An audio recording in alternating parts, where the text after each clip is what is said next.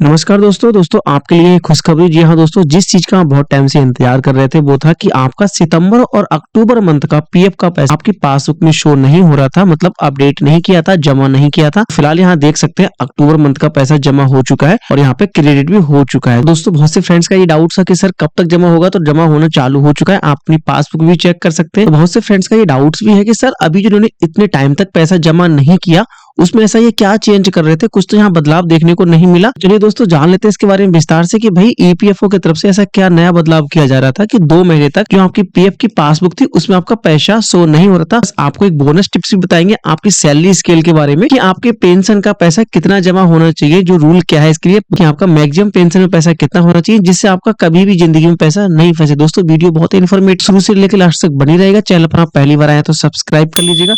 अगर Facebook page पर देख रहे हैं तो फॉलो कर लें और आपकी कोई भी समस्या होगी तो कमेंट में जरूर पूछते, हमसे बात करना चाहते हैं तो इंस्टाग्राम आईडी का लिंक इस वीडियो के डिस्क्रिप्शन में दे रखा है, फॉलो करके मैसेज कीजिएगा।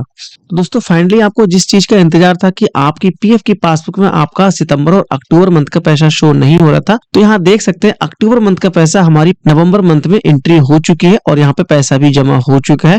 बट अभी किसी फ्रेंड्स के अकाउंट में अगर ये चीज शो नहीं हो रही है तो अभी यहाँ पे देखेंगे कि आपका अक्टूबर मंथ का पैसा यहाँ पे जमा हो चुका है, बट अभी तक सितंबर मंथ की एंट्री यहाँ पे शो नहीं हुई है। तो थोड़ा सा आपको पेशेंस और रखना होगा, 2 से 4 दिन में, एक हफ्ते के अंदर सितंबर मंथ का भी यहाँ पे पैसा जमा हो जाएगा। फिलहाल बहुत से फ्रेंड्स के अकाउंट्स में सितंबर और अक्टूबर दोनों मंथ की यहाँ पे एंट्री शो हो चुकी है। अगर किसी फ्रेंड्स के अकाउंट में ओनली सिर्फ अक्टूबर या सितंबर मंथ की एंट्री हो रही है तो सिर्फ आपको थोड़ा दिन का और वेट करना होगा, एक प्रोसेस के द्वारा आपको वो भी एंट्री शो हो जाएगी। अभी जो बात कर लेते हैं कि भाई नया बदलाव क्या किया गया, इतने टाइम तक इन्होंने क्या ऐसी प्रोसेस की, क्योंकि आपके पीएफ की पासबुक में देखेंगे तो आपको नॉर्मली कोई भी चीज ऐसी नहीं मिलेगी देखने को कि कुछ बदलाव के लिए आपको कुछ यहाँ दिखाई दे रहा है। तो यहाँ पे आप एक नोटिस देख लेंगे। तो दोस्तों जैसे अपना अकाउंट लॉगिन करते हैं तो लॉगिन के टाइम पे आपको यहाँ पे एक नोटिस दिखता होगा कि passbook update is basis month सितंबर अक्टूबर 2025 are under process due to the repumped ECR ledger pasting. तो इस लेजर पेस्टिंग की वजह से ही आपका जो अब प्रोसेस थी वो पेंडिंग थी कि अभी आप तक पासबुक शो नहीं हो पा रही थी।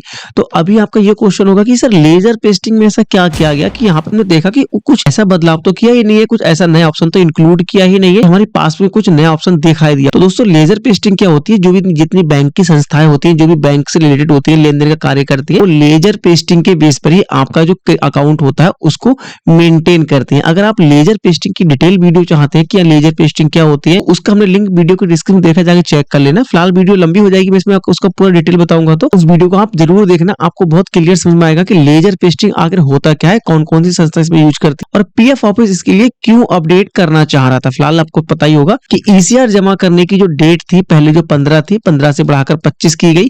तो इसी 25 की वजह से इन्होंने लेजर पेस्टिंग की वजह से आपका जो पासबुक में पैसा था उसके लिए इन्होंने पेंडिंग रखा था, विजिबल नहीं हो रहा था आपका पीएफ की पासबुक का पैसा। तो बस एक यही प्रोसेस चल रही थी, बाकी इन्होंने कुछ ऐसा बदलाव नहीं किया है पीएफ की पासबुक में आपको कुछ नया बदलाव देखने को मिले। सिर्फ एक मेन रीजन था कि लेजर पेस्टिंग की वजह से आपका सितंबर और अक्टूबर मंथ का पैसा जमा नहीं हुआ था। दोस्तों अब आप बात करते हैं कि मैंने आपको वीडियो की स्टार्टिंग में बताया था कि आपके लिए एक बोनस टिप्स बताएंगे, तो ध्यान रखना ये जो पासबुक है ये बहुत महत्वपूर्ण पासबुक ओपन है मेरे सामने। यहाँ पे आप देख सकते हैं, बड़ा क्लियरली ध्यान से समझिएगा तब आपको समझ में आएगा कि देखो यहाँ पे जो बेजिस है ना वो 14,000 रुपए तक है, ठीक है, 14,701 रुपए। तो इनके हिसाब से एक जो पीएफ जमा हुआ है 1225 रुपए, ठीक है। यहाँ पे आप देखेंगे 1225 रुपए है, वो 8.33%। बट अब इनकी बेसिक सैलरी बढ़ी है, कितनी हो चुकी है, 15,000 है। तो 15,000 या इससे ऊपर होने पर आपका जो पीएफ की पेंशन में पैसा जमा होगा तो मैक्सिमम 1250 रुपए ही होना चाहिए। बहुत से फ्रेंड्स का ये होता है ना कि स्टार्टिंग में अगर किसी की बेसिक सैलरी कम होती है और बाद में उसकी 15,000 या 20,000 बेसिक सैलरी हो जाती है तो उनका पेंशन में जमा होना चाहिए तो नहीं होना चाहिए। तो ये क्लियर था यहाँ पे क्वेश्चन कि यहाँ पे आपकी बेसिक सैलरी कितनी भी हो जाए, 15,000 रुपए से 1 रुपए से लेके और कितनी भी हो जाए, आपकी पेंशन में 1250 रुपए से ऊपर जमा नहीं होना चाहिए, ध्यान रखना। तो आपको इस रूल को बड़ा ध्यान से समझना होगा कि आपके पासबुक में ये भी देखते चलना है जो आपका एम्प्लॉयर है वो आपकी पेंशन में 1250 रुपए से ऊपर जमा नहीं कर रहा। अगर आपके 1250 रुपए से ऊपर जमा होंगे तो ये पैसा आप कभी भी जिंदगी में नहीं निकाल पाओगे।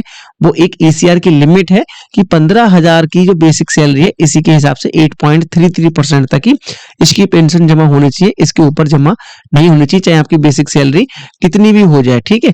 तो इस बात का ध्यान रखना है दोस्तों। अगर आप इस चीज को डिटेल में जानना चाहते हैं बेसिक सैलरी के फंडे के बारे में, आपकी डिटेल वीडियो आपको हमारे इस वीडियो के डिस्क्रिप्शन में मिल जाएगी, आप जरूर जरूर देख ले सकते हैं। 15,000 की बेसिक सैलरी से कम होने पर, ज्यादा होने पर क्या रूल लागू होता है ईपीएफओ की तरफ से। दोस्तों आपको वीडियो इन्फॉर्मेटिव लगी तो आपने अभी भी हमें सब्सक्राइब नहीं किया, नीचे सब्सक्राइब का बटन है, सब्सक्राइब कर लो। हमें फेसबुक पेज पर देख रहे हैं तो फॉलो कर लो। आपकी कोई भी समस्या, कुछ भी डाउट है, समझ में नहीं आता, हमसे सजेशन चाहते हैं तो सजेशन का दोस्तों कोई भी चार्ज नहीं है, आप हमसे बात कर सकते हैं। इंस्टाग्राम पर कॉल पे भी बात कर सकते हैं, हमसे चैट पे भी बात कर सकते हैं। फिलहाल मिलते हैं इस प्रकार की और भी इन्फॉर्मेटिव वीडियो के साथ, तब तक हमें सब्सक्राइब करना ना भूलिएगा। Thanks for watching.